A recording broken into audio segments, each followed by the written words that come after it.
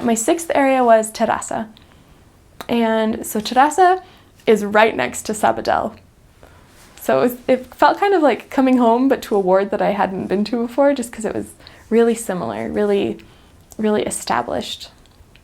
And it was again really bizarre. Like Sabadell and Terrassa they're so pulled together.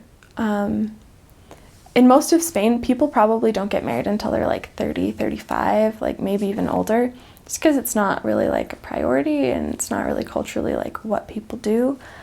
And it was so weird because in Terrassa, there were I think 3 couples who the guys had been home from their missions for less than 5 years and like they were already married.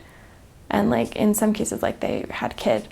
And it was like walking back into Utah, like that level of just like, yeah, this is what we do. And like they had such a strong youth program, and it was weird compared to the rest of Spain, but it was wonderful just to see the gospel functioning so well.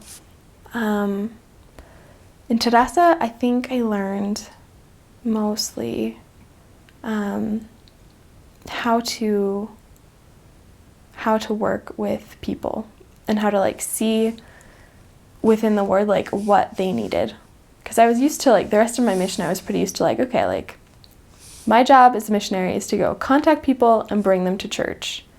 And in Terrassa, like people brought people to church, so I didn't need to like be on their backs all the time about that.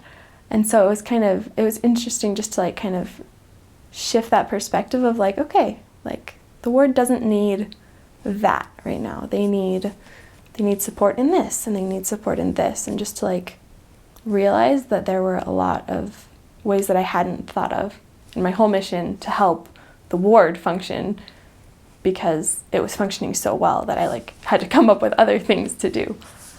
But it was good to realize though that there were so many different things that I could do.